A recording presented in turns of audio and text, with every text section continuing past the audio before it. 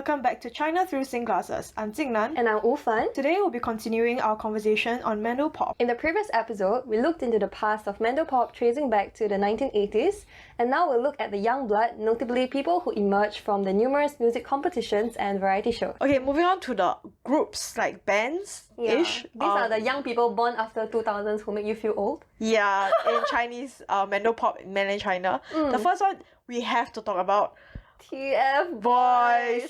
Oh god. As the Fighting Boys. Actually, I don't know what the TF stood for until today. You know, TF is very bad because it sounds like the fuck. Like, we swear TF. When I first heard the Fighting Boys, I laughed. It's so stupid. But anyway. It's made out of Wang Junkai, Carrie Wang, Wang Yuan, Roy Wang, and Jackson Yi, Yang Qianxi.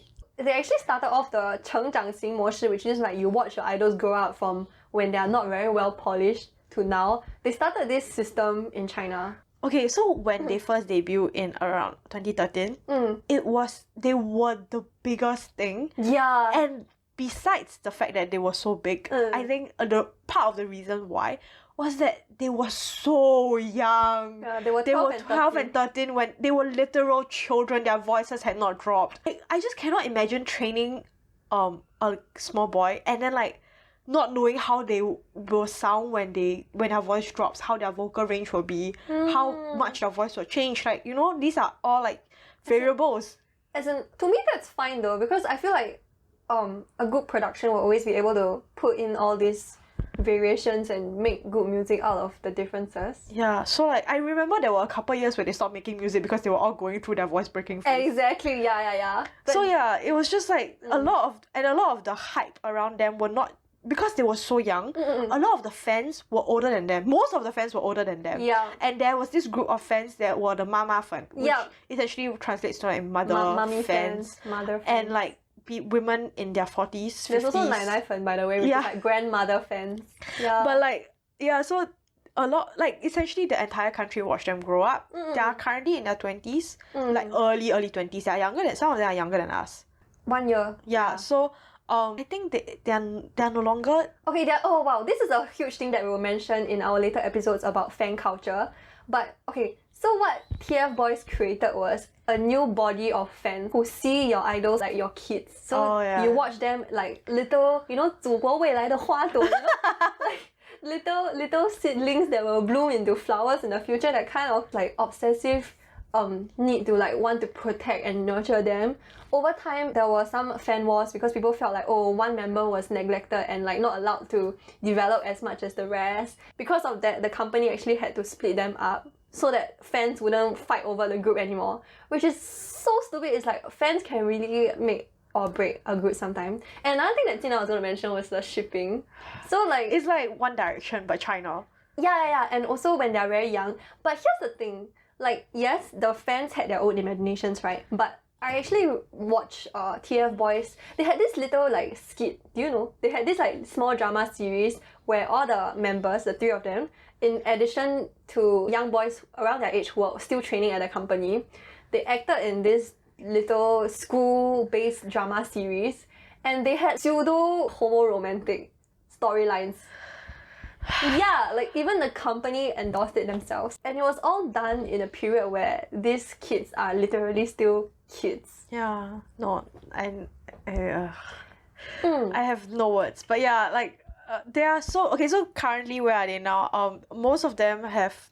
Mostly acting. Gotten into acting. They are not really singing as much.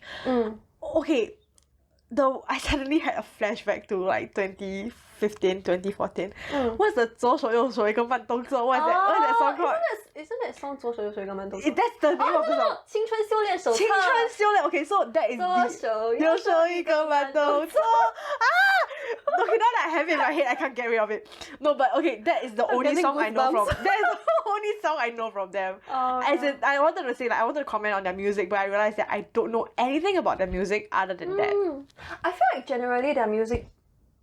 okay, I cannot remember any of the songs specifically, but I've read the lyrics before, and they generally talk about like growing up, and I think they have to create an image of being like the nation's like positive growing up role models. So most of their lyrics are very positive, talking about growing up, talking about like the dreams I have in the future and stuff like that. They don't really sing about teenage angst and love. Yeah. There's not much of that in Chinese music. Mm-hmm. So moving on from TFBoys to the much more recent group, a girl group called 9%, which was, I think, the last batch. Wait, 9% is boy group though. You're talking about the 9. The 9 Oh, the 9! Oh! Okay, but similar concept. Okay, 9% was the first. Oh, okay, Yeah, okay. So, as you know, China imported the Produce 101 contestant series. The concept of the show is they get trainees from all over. They get 101 Okay, trainees. firstly, they copied Korea. Okay. that one we need to acknowledge. Yeah. So they get 101 trainees to compete in this survival show, and almost every few days they have to come up with a new performance. They have to form randomized groups, and like there's a lot of different competition systems going on, but it's a very stressful few months for these trainees. And then at the end of it, 9 people were chosen. Okay, the number of people who are chosen depends on like how much money the company eventually has lah. But for this specific iteration, there were 9 people out of 101, which doesn't really make 9%, but you get it. So yeah, there were 9 people, and they were called 9%, and people were like crazy over them. The person who won first place is Cai Xu-kun. Oh yeah. And actually he was in another survival show, and I think he won also, but then after that he disappeared for a while, and then he started doing solo activities, and then he came back, and then he was first place. Yeah, and the show always has a lot of controversies because certain companies that have more money will plug certain spots in. So you know that some contestants will definitely get in. So Yuehua Yulai, which is one of the biggest entertainment companies in China, plug a lot of spots lah. So in the end, like 4 or 5 of the 9 members were from Yuehua Yulai. Yeah, then for this group, right, I have nothing to say about the music because I feel like they really didn't get to perform much together. Yeah. I think in general in China, the concept of bands and groups are very underdeveloped. Yes. Like if you look at K-pop, it's almost exclusively girl groups and boy groups with very few solo artists in between here Most and of there. the solo artists or bands tend to be indie or like underground. Yeah, and if they were not indie or underground background, they were from boy groups or girl groups that then became soloists. Yes. So like, in comparison, Chinese music and Mandopop really severely lacks girl groups and boy groups, and I'm not very sure why, but like the whole idea of like idol culture and fan culture is heavily suppressed, and I think that partly has to do with it as well. But yeah, in general, there's just not as many like girl groups and boy groups in China. And in addition, China still doesn't have like a very cohesive ecosystem for boy groups and girl groups to compete against each other and like have performances and stages. Like for example, in Korea, there's like KBS, the show, Cont, all that stuff. The kind of environment and the system favors solo artists. Another thing that's part of the groups that really spearheaded a lot of the productions of groups is SNH48. Yeah, which actually came from the concept of AKB48, which is from Japan. AKB stands for Akihabara. And the concept is actually there are more than 48 members. There's like a shit ton of members. Hundreds, right? Yeah. And across, because AKB48 is an entire system that's kind of global. So SNH48 is the Shanghai branch. And the concept is they have hundreds of people even within one location. And every year, fans will spend money to vote for their favorite contestant so that they reach the final 48. And then depending on what kind of level you reach in the 48 seats, you get increasingly more and more opportunities to appear in MVs and all that. Yeah, it's so just insanity. It's really insane how much money goes into it. And the annual, I think it's called the annual election or something, is like such a televised activity, and there's so much money that goes into it because I think the top 3 spots, they will end up sitting on thrones, like literal thrones made out of gemstones, and then they will like float into the air, and then they will have like wings and everything. Wow, it's really such a big thing. But the concept is you can go in as a piece of white paper, then through your hard work and your weekly shows and then your close relationship with your audience, you become an all-rounded professional, I guess. I guess so, yeah. So I think the most famous person that came out of SNH48 is Ju Jingyi. Yeah, who is now an actor also. Yeah, acting is another, like, the acting industry is a whole other mess that we'll get into. Yeah. But yeah, so groups aside, some notable mentions that are much more grounded, I guess. Like you will never ever hear about these artists unless you are actually Chinese or you have people who are like, you know, from China. Or you listen to our podcast. Yeah, so basically, they are very popular, but you just don't hear about them. 大张伟 and 凤凰传奇. So they are much more grounded. Like in Chinese they call it 接地气. So essentially it's like you're not high up there, you're not an elite, you're, you know, one of the commoners, I guess. Like one of us vibes. And their music is very kind of popular amongst the common like people. Like the lyrics are not super hard to understand. The tunes are very like, accessible. The entire vibe is accessible, and you know, and the Da Zhangwei is a very interesting character. I think he is one of the most talented, not in music. I said his music I cannot comment much talented on. as an entertainer. Yeah. So he's also very morally upright, but he's very good with his words. He doesn't make you feel like you got slapped in the face. Yeah. Like he shades you and like disses you without making you uncomfortable. He's also a very respectful person. Yeah, he's just a very interesting celebrity, but we're here talking about music. So his music, he started off as he's very interesting in the sense that he started off making rock music. Yeah. And then rock music essentially died because of Taiwanese Mandopop. He was part of a teen band called 花儿乐队. Yeah, so he made pop music. He also made like, if you know the song 洗刷刷, it's like from them. 洗刷刷, 洗刷刷. Yeah, so he makes like very interesting upbeat music and very popular on Chunwan and variety shows. 凤凰传奇 is very famous for that one song which is 民族最炫民族风. So if you, oh my goodness, I cannot. 你是我心中. Stop! So they are like known for, so that song is like the most played music in China at one point because of something called 广场舞. Yeah, and also people put it as their phone ringtone. Oh my god, stop. It's like, okay, it's almost like such a 2000s memory. Yeah, but essentially their music is a lot more mainstream but not young people. So of course some young people like their music, but mostly like older generations. So like if you, not saying that these people are like out of date or anything, it's just that their target demographic is slightly different.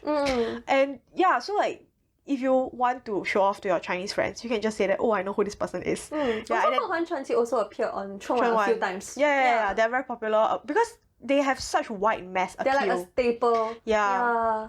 So moving on from these from niche to the rest of the world, popular in China, on that trend and on that note, competitions in China is a very big deal. I mean, sure, like singing competitions are a big deal everywhere, but like, oh my god, there are so many different like singing competitions in China. And a lot of them actually created a lot of the stars that we know today. So the first wave of the singing competitions, like selection singing competitions, I would say was 超女 and 超男 in the 2000s. So like Supergirl? Yeah, Supergirl and Superboy. Yeah. And like I cannot remember if it was 超男 or if it was 快乐男声, but girls would go. So this, okay, so 超女 and 超男 is like Superboy and Supergirl, right? So contestants must be of either gender. Apparently, there was this rumor that there were contestants who were women who like dressed as like cross-dressed and tried to pass off as guys because then they could reach a higher note than the rest of the contestants. So they will have a competitive edge over them. Holy shit. Yeah, so like it's very hilarious. But my god. Yeah, so from the 超女 actually 张靓颖 was from 超女. Yeah. So several famous singers came from these shows. For women, from like female singers, 张靓颖, which we previously mentioned, Li Yuchun, 尚雯婕, all came from 超女. It was in the 2000s and it was the first few shows, selection/survival shows, where audience at home could participate by voting in on their phones, using right? SMS. Yeah. And it was like this whole craze.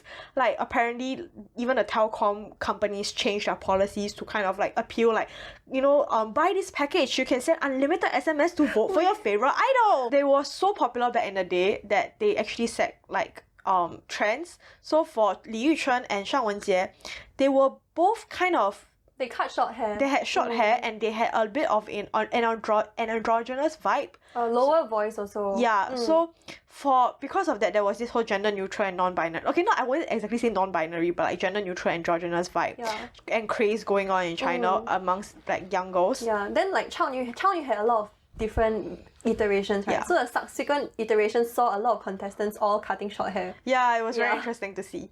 And another one that was very, very famous is 中国好声音, which is Voice of China, which was imported from, you know, The Voice in America. And they made a bunch of people famous. The ones that are most active to this day are Zhang Bicheng and Zhou Shen. Yeah! So both of them, honestly, both of them don't have a lot of like songs of their own. They mostly sing OSTs. Oh, they do, but they both have super emotional and like, they both have very huge range. Yeah. And Zhou Shen is a singer that I really, really like. Yes! He is a very small built guy with a genuinely female sounding voice. Yeah, even more than Wu Qingfeng. Yeah, Wu Qingfeng is just is androgynous at best. His is genuinely like female sounding. He used to be bullied for that, but now he sees it as an asset for himself. Yeah, so that part of the reason why this was like a big deal is because when you're on The Voice, if you don't know the premise of the show, all the mentors or people who can, you know, let you go to the next round, they actually sit back facing you and they judge you purely on your voice, hence The Voice. So everyone and then if they chose to, you know, select you for the next round, their chairs will turn around and the mentors will get to see the contestants. And all the like mentors were super surprised when they turned around to see Zhou Shen because they were anticipating a girl singing when they heard the voice, but actually it's actually a small guy. So yeah, he is both of them are very famous for singing like OSTs to period dramas and also like Chinese movies and animation also. Particularly for Zhou Shen animation movies. 大鱼海棠, oh my god. He's basically singing all the animation movies. The catch for 大鱼海棠 is there's a lot of like interlaying background vocals that he sang himself also. And it's like very high, very airy voice. Okay, you know something I've noticed about Zhou Shen's voice is that it naturally has reverb. Oh, yeah. Like when he pulls his hands super far away from the mic, like can like reverb is basically almost echo. So when you sing in a room that is very small, like your bathroom, or like very the sound waves will bounce around. And the reverb actually makes it sound a lot prettier and grander. So his voice actually has like a natural reverb to it that is just amazing to hear. I think it's because the background is he actually used to sing like opera. Yeah. So he went to Russia, Ukraine. I'm not one of the Soviet countries. Forgot which one. Ex-Soviet countries. Ex-Soviet countries, yeah. And because of his opera background, he also knows a lot of languages. Yeah. Moving on to the next selection. These are all like selection shows. 快乐男声, which was like the counterpart to 超男, I guess. Focus on like male singers. The most famous person I say that came out of 快乐男声 is 华晨宇, which we mentioned in our previous episode on celebrity scandals. Interestingly, we mentioned Zhang Bicheng also. Yeah, these two together. Yeah. But if you heard his music is very, very alternative. Some would say very weird. Yes. Yeah. And like his whole persona is that he is this misunderstood, neglected childhood, isolated, you know, loner kind of vibes. And so his music tends to be very angsty, but I would say that he's genuinely talented in like song production and arrangement. I agree. Because he went on a lot of he went on this show, which 天籁之战, right? 天籁之战, and he did covers of a lot of weird songs, but he arranged it in a way that was so good. Yeah. I love 一燃一爆炸 and 齐天大圣 and also 南屏晚钟. Oh my god, it was so... Actually, I knew him because of that show. Then I was like, oh my god, someone can make a almost boring sounding song sound so good. I think the one big person he had to thank is 尚雯婕, because when he participated on 快乐男声, one of the songs that he performed really just involved him screaming, banging away at the piano. Yeah. But at that point, 尚雯婕was like, talent. Like, no, I remember because there were like several mentors and everyone was like, sorry, you're not it. And okay, so basically he went on to the audition saying that he wrote his own music, but he doesn't have lyrics. And they're like, it's fine, just sing the tune. And then when he sang the tune, It's it was like, "Ew." yeah, it was like alien noises. And then Yeah. all the mentors were like, I'm sorry, like we can't accept this. It's a no from me. It's a no from me. And then Shang Wenjie was like, you know what? Play that again. I'ma sing with you. And then like it was a very heartwarming moment. Yes. Yeah. But if you look at the song titles he has, it's like 我管你, it's like I don't really care about what love that your song. opinion. Yeah. I like it also. 异类, which means like someone who doesn't fit in. 烟火里的尘埃 was so good. Yeah, it is. And also like 我好想爱这个世界, which is that like was- very sad. Yeah. Oh, okay. I have mixed thoughts on that song, but anyway. Oh no. Yeah. Okay. But yeah, his songs are like kind of speaking out for the underdog kind of vibes. Yeah. Also to show how like he feels like an alien in the human world. Kind Yeah. Of. Okay. Okay, moving on to one of my favorite artists. Yes. 明日之子. The first season of it, the winner, like the champion, is this guy called Mao Bu Yi. First of all, I just want to like talk about his name. He's why did you name your child Mao Bu Yi? For those who don't know what his name means in English, it literally translates to Mao, not easy. Like his surname is Mao, like Mao Zedong's Mao. I mean that's not really his real name, what? He is what? His real name is Wang Weijia, no? Really? Wait, Wang Wei is his like celeb name. really? Then why did he choose that for himself? I don't know who chose it, but I think it's quite cool because you know it's like there's this ancient Chinese poem, 白居易, 毛不易. 白居易and Mao Bu Yi is no. It's like I don't know nowhere whether it's related because there was this there's a historical story about how someone laughed at 白居易's name and said like you being a poet and trying to live in the capital city, 白居不容易.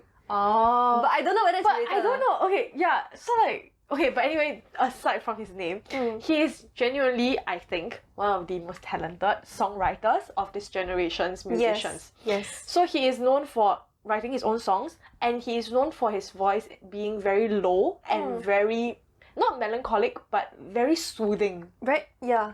Yes. Like almost like lo-fi ASMR kind of But vibes. because he used to be a nurse. Yeah, no, but Yeah. he was okay. So he Nurse trainee. nurse lah. trainee, Yeah. So before he actually rose to fame, he was training to be a nurse and he attended nurse school. Whether or not, I think he did pass, but he didn't actually spend a lot of time being a nurse. Also, he didn't choose to be. His original major had too many people, so he got transferred to another Yeah. major. Yeah. So his most famous songs are all from most of them are from the competition days. He hasn't released a lot of new music since then, but like he has sung a couple songs for OSTs for period dramas and so on. But his songs are all very, very Relatable. relatable For the common grounded, person. rooted in reality kind of Yeah. vibes. So his most famous song is Xiao Chou, which is the premise of the song is that he is singing in a KTV surrounded by people, but you know, talking about like drowning out his sorrows. Like the name of the song is literally called drown. Like it's a drinking song. drowning your sorrows kind of Yeah. vibe. And then his lyrics are like out of this world good, and it's very different from Wu Qingfeng or Ah Xing's Wu Yue Tian lyrics in the sense that it's not obscure, it's not difficult, it's not atas, it's not like complicated lyrics, but it's the kind of lyrics that he uses the most plain words to get the most heart-wrenching meaning across. Yes. He uses repetition a lot, like 一杯 XXX, 一杯 XXX. Yeah, and like I remember one of the songs that really made me I mean most of his songs made me cry. Yeah. The song that really made me cry was 一荤一素. Oh So my god. Yeah, so he wrote a song for his mother who had stomach cancer. So basically the story is that his mother had cancer and it spread to the stomach and she couldn't hold food down, but she would force herself to eat after throwing up because she wanted to stay alive for her son.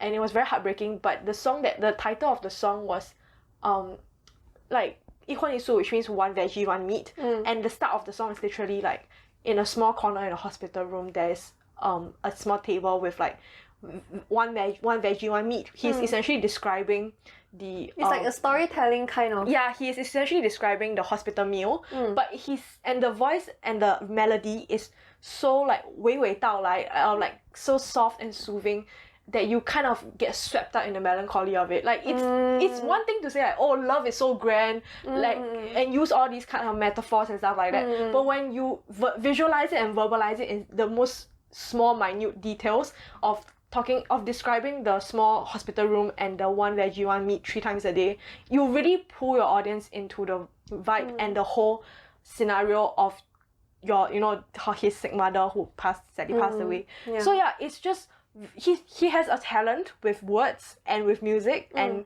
I think his voice suits his music very well. Yeah, agree. And like on the line of him being talented with words, right? When he appears on variety shows, he's not really like the Talkative, clown. Yeah. But when he says one thing in like every 10 minutes, it's just like so hilarious. funny. Yeah. He's that quiet friend that doesn't talk a lot. Low-key savage. But when he talks, it's hilarious. Yeah, and actually, just like how Hua Chenyu has to thank Shang Wenjie, right? Mao Buyi has to thank Xue Zhiqian. Yeah, so Xue Zhiqian was actually his mentor during the season. And it's quite funny because they have like they have a mentor and apprentice relationship, but after Mao Buyi got famous, he also appeared on variety shows together with Xue Zhiqian. And then Xue Zhiqian was like, hey, and then Mao Buyi was like, silent, and then Xue Zhiqian was like, if I hey at you, you should hey back. Or like hey back, and he's then like, Mao Buyi was like, hey. It was damn funny. But they're damn cute. They keep high-fiving each other. Yeah, they're very cute together. If you have a chance to listen to his music, please do. I really think it's very good. And I think like the most relatable song is 如果有一天我变得很有钱. Yeah. It kind of hits. So I think he manages to hit a lot of societal issues without explicitly naming them. So I think that's also how he bypasses the censorship. I'm not sure if that is his intention, but he really touches on what it feels like to be a contemporary Chinese citizen living in China, and the loneliness, the sorrows and the stress of your day-to-day life without being like, oh, the society is to blame. But like it just is very kind of gut-wrenching, and it hits like it questions the deepest parts of your soul. We cannot say good enough, like enough good things about Listen to his music. Just go listen. Yeah, and then the last competition that we want to bring up is discontinued 我是歌手 or I am a singer or something like that. And what they do is that this is not a selection competition where they ask normal day-to-day passerbys and just sing. They actually get established singers. They will ask these established singers to perform their greatest hits as well as covers of other songs. And I would say this is a very interesting show because it actually made a lot of people rediscover or discover wonderful artists that they would not have known otherwise. Another thing that I find kind of interesting is that every season they will have mostly mainland Chinese artists, but they will make sure to have some artists from either Hong Kong or Taiwan. For the regional representation. As well as like foreign artists. So I remember there was a Muslim artist, like I think she was a hijabi Malay girl. Oh wow. From, I think this was like 2016 or 2015. Okay. I think she was from Malaysia if I'm not wrong. Oh wow. And she went on the show and she sang 想你的夜 if I'm not wrong. Like even though she couldn't speak Chinese, she sang that song and everyone loved it, of course, because non-Chinese people speaking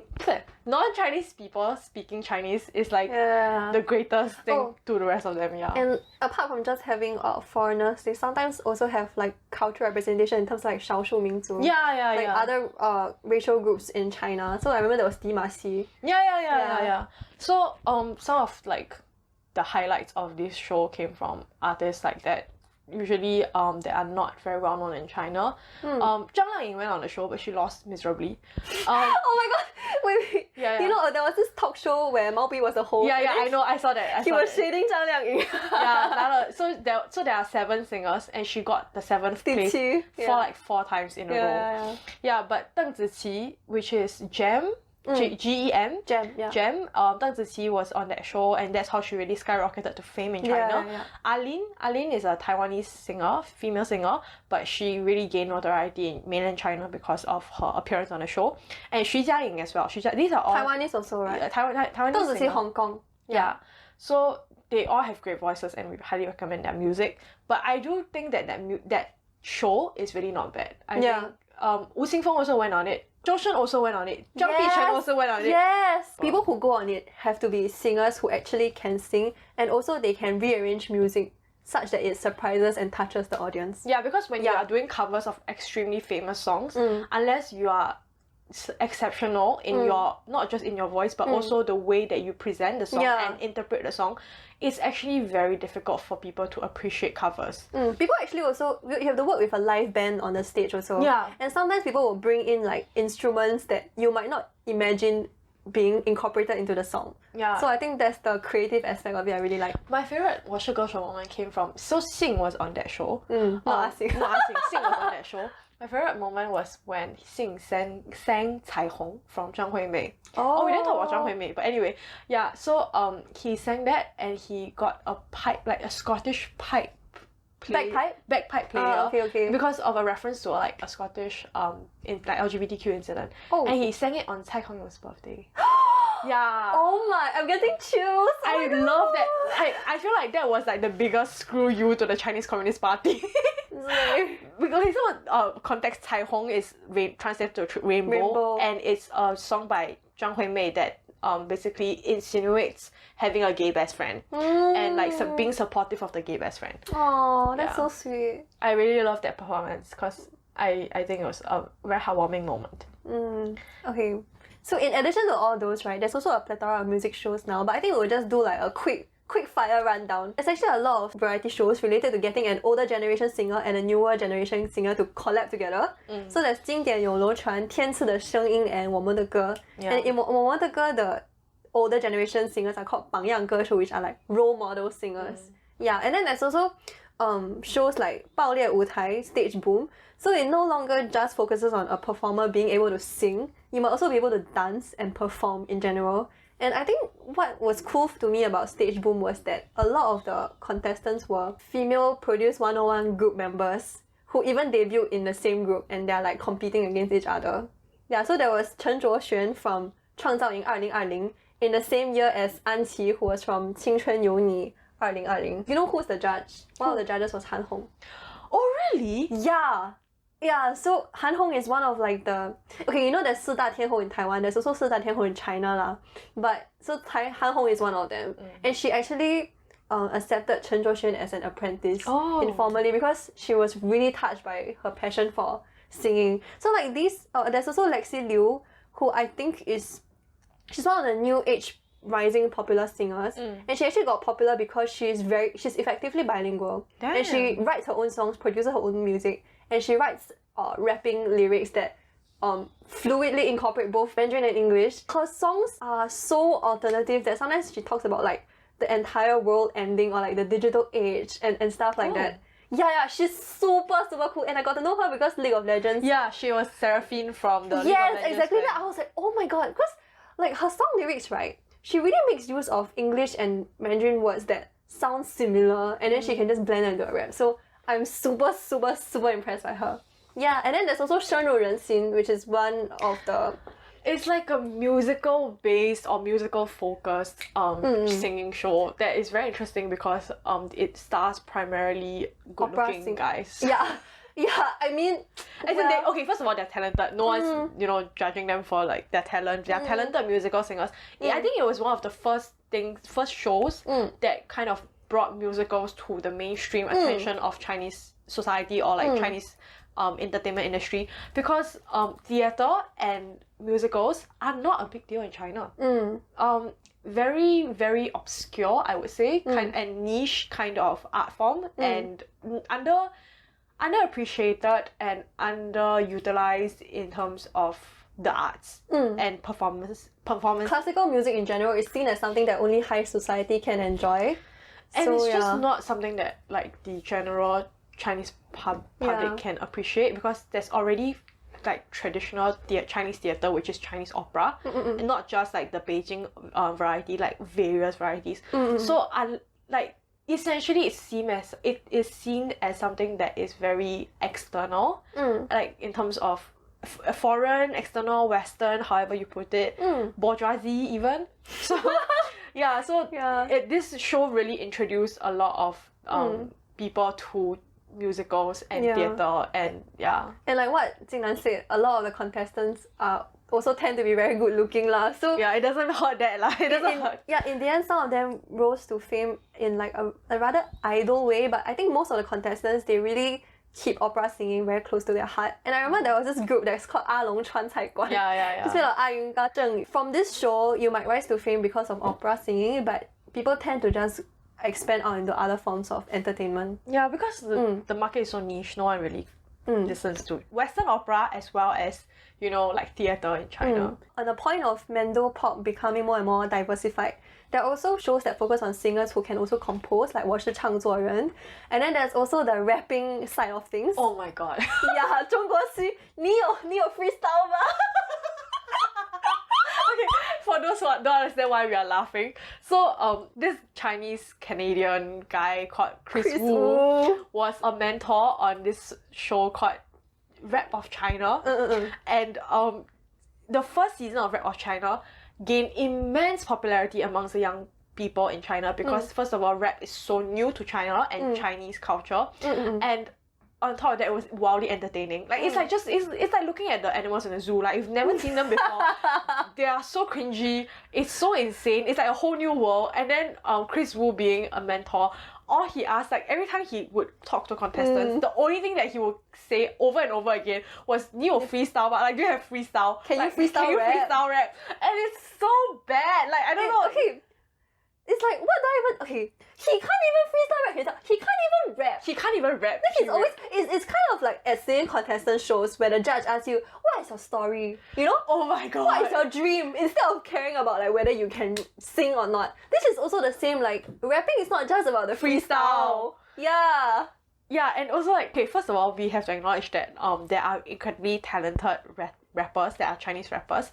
But most of the time, because rap is so like foreign and new to China, a lot of people don't know how to rap very well. Yeah. And a lot of them, they don't even understand the rap culture. And they just think that it's about rhyming, which is not, I'm not saying that rap is not about rhyming. Yes, a big part of rap is about rhyming, you know, that sick beat and that sick flow, you know?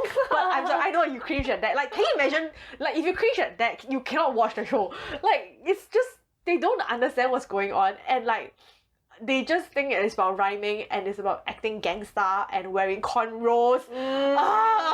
Cultural appropriation. So yeah, anyway, but it's, if you want to, you know, enjoy some cringe, you can go ahead and watch it. And there are talented people who come out from this show, like Lexi Liu and Vava. But most of the time, it's just cringe fest. Actually, now is a good time to talk about censorship in China, since rap is commonly perceived as a subversive underground art form. So for some people, right, they critique that the rap variety shows in China actually cannot evoke the same social-political symbolism because of all the censorship involved. Yeah, so if you look at Chinese Mandopop, a lot of the lyrics tend to be significantly much more conservative. So there isn't much sexually explicit stuff like WAP. Okay, talking about this. Wuhan doesn't know what WAP is. She doesn't even know who Cardi B is. I asked her, do you know who Cardi B is? And she's like, isn't that the person who sang Anaconda? No, I said one of the rappers featured in the song. First of all, Anaconda is by Nicki Minaj. I just... Okay, I don't listen to the western side of the world, basically. But and that's not the worst part. The worst part was she was telling me, I don't listen to like white people music or something like that. I'm like, neither of them are white. I don't know. Okay, anyway, I'm not gonna go into detail what WAP is, but Workers' Alliance Party. That's what, until now, that's what Wufan genuinely think what WAP stands for. It's probably a song, but I don't know. Okay, anyway, so my point is, do you know Ariana Grande 3435? I know Ariana Grande. Okay, I'm happy for you. Merry Christmas. I feel like we got culture gap. Yeah, but anyway, my point is like Chinese music genuinely doesn't have a lot of the sexually explicit stuff, and much less any suggestive content whatsoever. So yeah, on the note of actual like content of the music, not just the melody. Yeah, so like in general, especially for like pop songs, it feels like there's like primarily love songs, and then there are occasionally songs about strives of like living, you know, being lost, stuff like friendships, that. Stuff like that. Yeah. But there's not like a lot of outright groundbreaking stuff. So when it comes to like gender norms or like social issues or like women power, if you look at like the Western side of the world, which I don't really listen a lot to, but I read people doing commentaries on stuff like that. There's a lot of people who, like, I mean, recently the Miley Cyrus Flowers. Yeah, Flowers is... Yeah, like that is like, people use it as a girl power song to say that I don't need no man, I can just You know have why, a fulfilling right? life myself. Yeah, I know about the breakup. No, it's because it's a response to the Bruno Mars song, yeah. yes. Oh my god, actually right, just a personal character development point just for me. I had to tell my friend that. And I felt like, wow, I'm not the person who knows the least about Western music anymore. She's the person who doesn't know what the difference between Cardi B and Nicki Minaj, but sure, go ahead. Good for you. Yeah, and then like, okay, if we had to list out all the genres that English-speaking side of the world tends to sing about, there's also like anti-war stuff, current affairs, politics, religion, mental health, taboo and controversial stuff. And I remember during the 青春有你二, what do you call that in English? Youth with You too, right? I think so. Yeah, that's one of the like idol producer spin-off shows. So there was this song called 我配, which is by Jolene Tsai, we talked about in our previous episode. They changed significant parts of the song lyrics while maintaining the melody, but the thing is the parts of the lyrics that they change are the more controversial kind of. In the song, she critiques like the media's obsession with celebrities' figures. So she's like, you know, talk about like girls' boob size and guys having 6-pack and 8-pack, and all those parts are changed. Yeah. Oh wait, that reminds me. Actually, within this show, right, there was also another song called Show or Reverse, and it was by Corsac Hu Mengzhou, which is an EDM DJ lyric composer who I really, really, really love, because his songs, right, really somehow combine the very tangy aspects of electronic pop with very like ethereal and like very poetic lyrics that really bring you to another space. Anyway, there was this lyric, right, which is called 躲进你的身体进入温暖的你, which physically sounds like I am hiding inside your body and I am entering the very warm space that you give me. But somehow that's considered too lewd or something, and it changed into 躲进你的心里进入温暖的你, which means to hide in your heart and to record down the warm version of you, which I mean, it's a very close enough replacement, and it doesn't change the meaning too much, because at the end of the day, this song is more about the vibes and imaginations that it brings. But it just feels very sad that a song that really isn't about something sexual or overly physical has to be censored, and it loses a little bit of the poetic feeling that it had. Because if you watch the MV itself, right, it's about like diving into someone, and it could be about like the mental connection you have, the emotional connection you have with people instead. Also, another song that got changed for 青你二, the same show that we were talking about, is 易燃易爆炸. This one is actually genuinely kind of frustrating, because this song critiques the society's extremely high and honestly unrealistic standards for women. So 要我 this, 要我 that. So basically the entire song of 易燃易爆炸, which just means like explosive, is that explosive and flammable. The lyrics is written actually by a cancer patient who was on like the last stretch of her life, but she was very, very young and very, very talented when she wrote the song. And it basically says like men want girls who are innocent, but they also want girls who are seductive.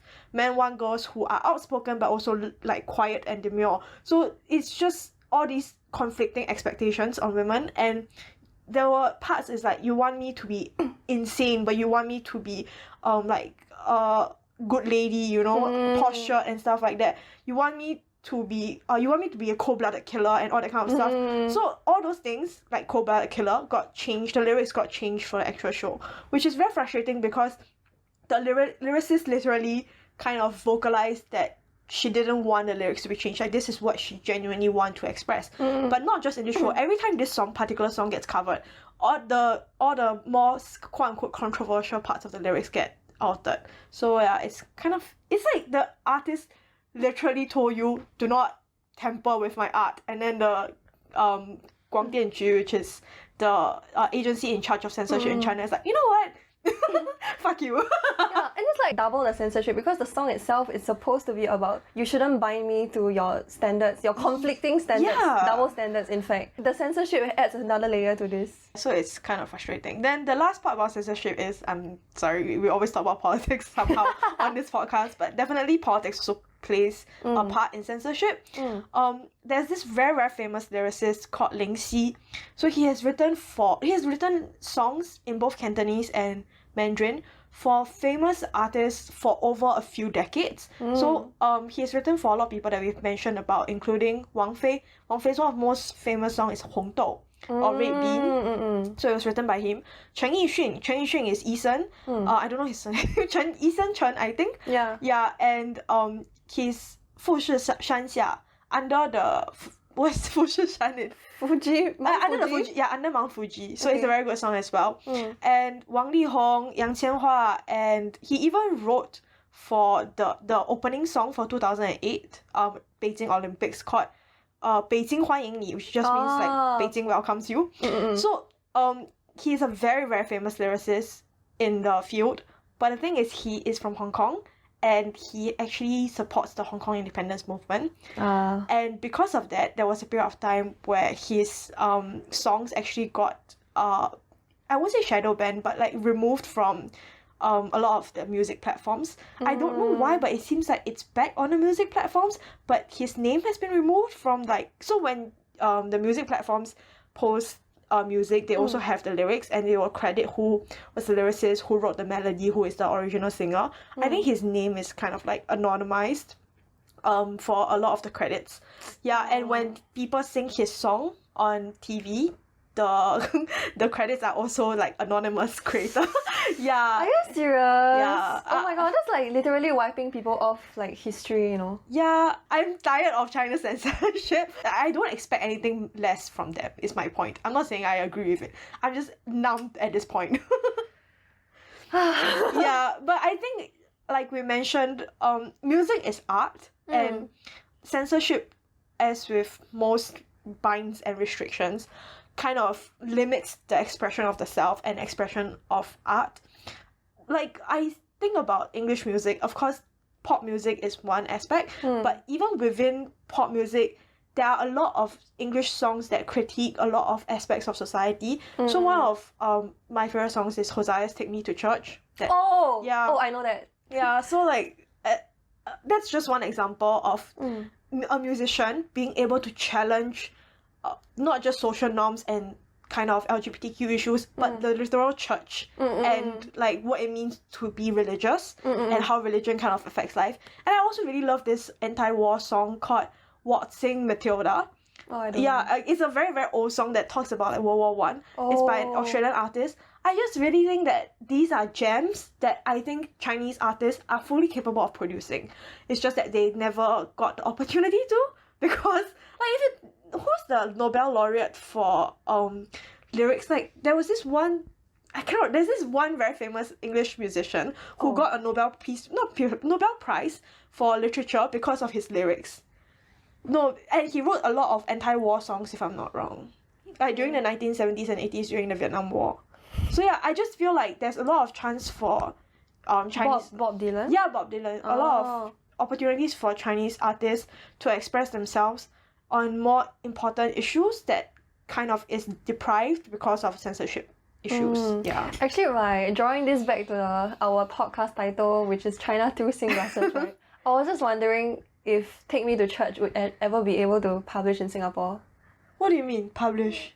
Like, because, as in, if the writer is Singaporean, because it addresses LGBT and religious issues, which are two things that Singapore really does not, you know. I don't think so. Yeah.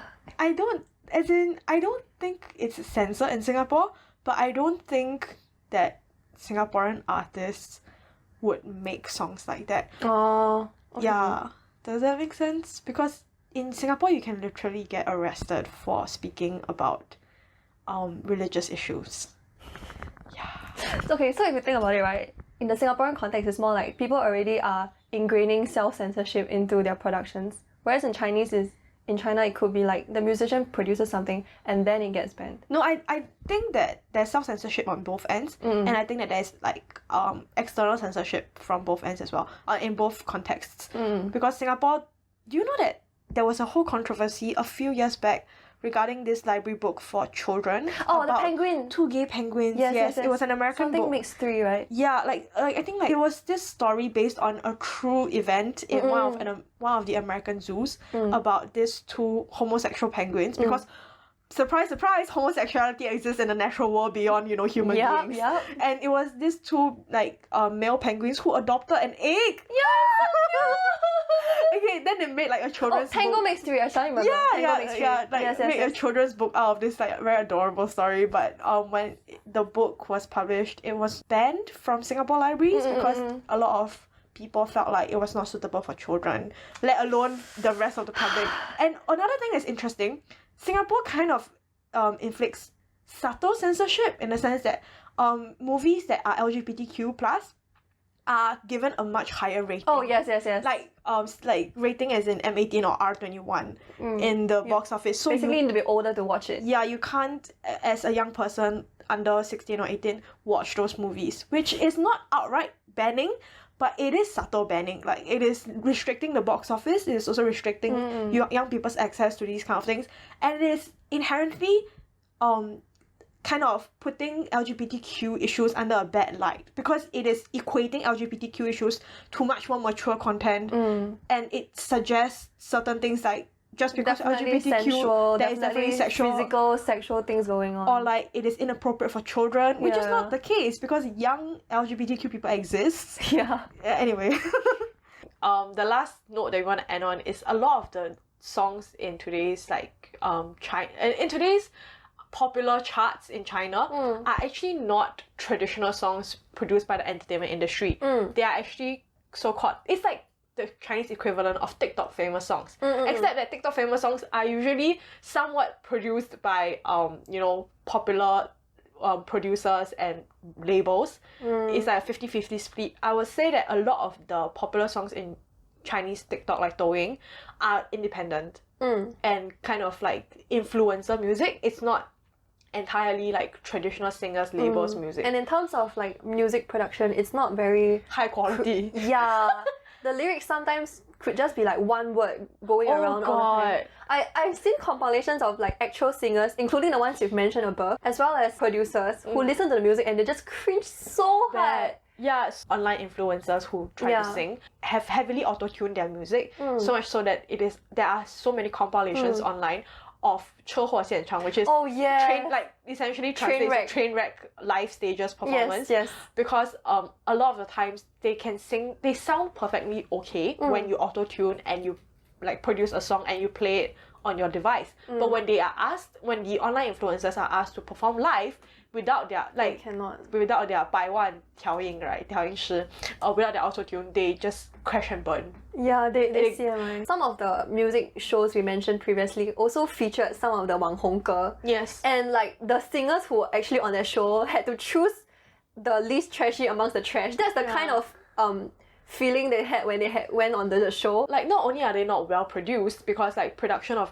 songs is actually incredibly complicated, and you need a professional studio, you need professional producers and like sound mixers, all of that jazz.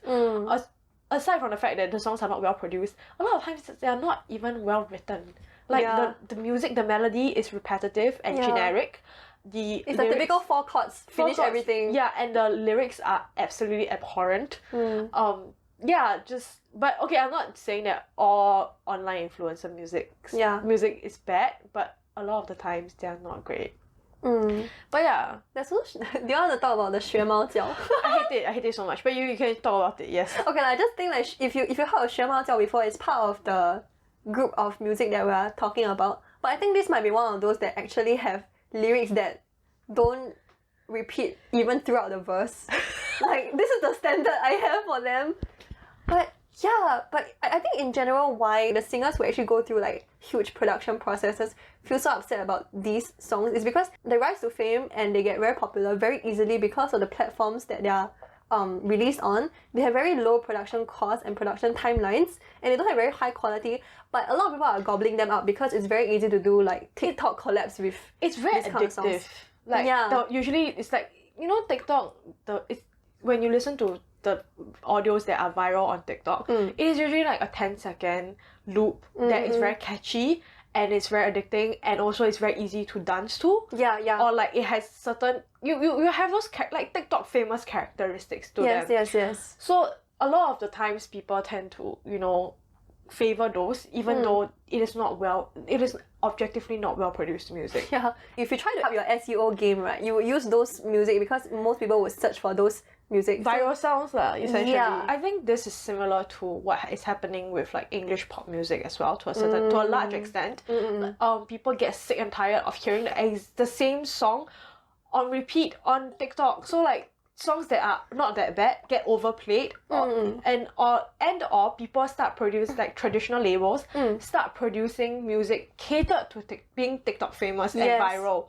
So it kind of I think that a lot of the songs that are genuine masterpieces might not be able to fit into this particular system or like fit these characteristics and molds. So like off the top of my head, some of like the best songs I think in general, what's that song by not the Beatles? What's that song by Queen? The really long one. Bohemian Rhapsody. Yeah, Bohemian Rhapsody was okay. It's like kind of like that. So Bohemian Rhapsody was when it was first written was thought to be like not say absolute trash, but thought to be not successful commercially because the most conventional mode of music playing and music consumption at that point in time was radios, and radios are very much about every second is money. So long songs do not perform well, and Bohemian Rhapsody, as everyone knows, is very long and it's very fragmented. But the thing is, I'm not saying that Bohemian Rhapsody is the best song in all of history, but I am saying that it has artistic value and it goes against the conventions of what is popular and commercially successful at the time. I do think that TikTok is doing to what TikTok music is to actual good music, what like radio success is to Bohemian Rhapsody, because like TikTok is so short and they prioritize certain things that doesn't necessarily make good music. It just makes viral sounds. So yeah, that's my stance on it. For me, right, actually, I was gonna comment on the short attention span that people have nowadays. And I feel like a good song, right, it's like a jewel unfurling. You need to really take everything in its entirety. I don't think I should gatekeep how you should appreciate music, art. But in general, TikTok songs are super short and you only get a small snippet out of the whole thing. And sometimes people don't even know what the song title is. They just know, oh, it's that song that people do this dance move to. Which, I feel like this consumption pattern, if you go down into this particular rabbit hole, you're gonna end up not be able to appreciate the whole range of diverse good art that's out there. So if you're in a TikTok rabbit hole now, please save yourself. Yeah, and like talking about the whole idea of not being able to enjoy the entire song and just a snippet of it, right? There's this entire cover sphere, like whole field of people who just cover songs on Douyin. It's very interesting because they will cover the part that is the most popular and the most popular part might not be the best part, and or it might be the part that is like in like high notes or they just pick and choose out of the entire song what is convenient for them or what is convenient for the user to listen to. And like I just think that a lot of the times that like commercialization of music kind of affects how music is being produced as well, because I saw this Tumblr post where someone was like, why are songs getting shorter and shorter? And then they said it's actually because of the premise, like how music is being commercialized and produced is meant to cater to streaming platforms like Spotify. So if the song is shorter, it encourages you to stream it more times, and when you play it more times, it makes the company more money. So songs used to be 3 to 4 minutes or even more than 4 minutes. Now they tend to be within 2 to 3 minutes.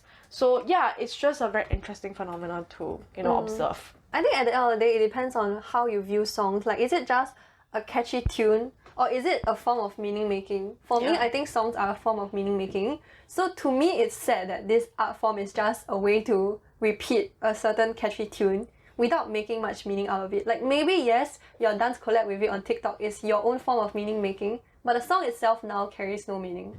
Yeah, I agree. I'm someone who really cares a lot about lyrics, and I do think that that music can bring so much comfort to people in the worst of times and can bring so much joy to people in the best of times. And when you strip that aspect of it away, then it is effectively just elevator music and background noise. I mean, we're not trying to gatekeep what you should and should not enjoy or how you can enjoy things in life. But yeah, this is just our 2 cents. And yeah, with that, we've come to the end of this episode on Mandopop. So I know definitely people might be, you know, hoping to hear what we want to say about things like J-Cho and Chinese Asian style music. But don't worry, that's coming up in the very next episode. As you know, Mandopop actually covers a lot of different subgenres, and as we mentioned previously, there's also Cantopop. There's also the Taiwan, Hong Kong and Singaporean artists who are creating Mandopop music, and it's just an entire ecosystem of cultural flows that have been happening for decades, and we are like inheriting this legacy now, I guess, as consumers. So yeah, it would be great if after we introduce all these different singers and songwriters to you, you can check them out and carve your little space in this music world. Yes. But anyway, yes, so we have come to the end of our episode, and you can follow us on Instagram at china.through.sglasses for our highlights, and we're also on YouTube, and you can listen to us on Spotify, Google Podcasts, Apple Podcasts, wherever you get it, and we hope that you can enjoy and join us for our next episode. Thank you. Bye!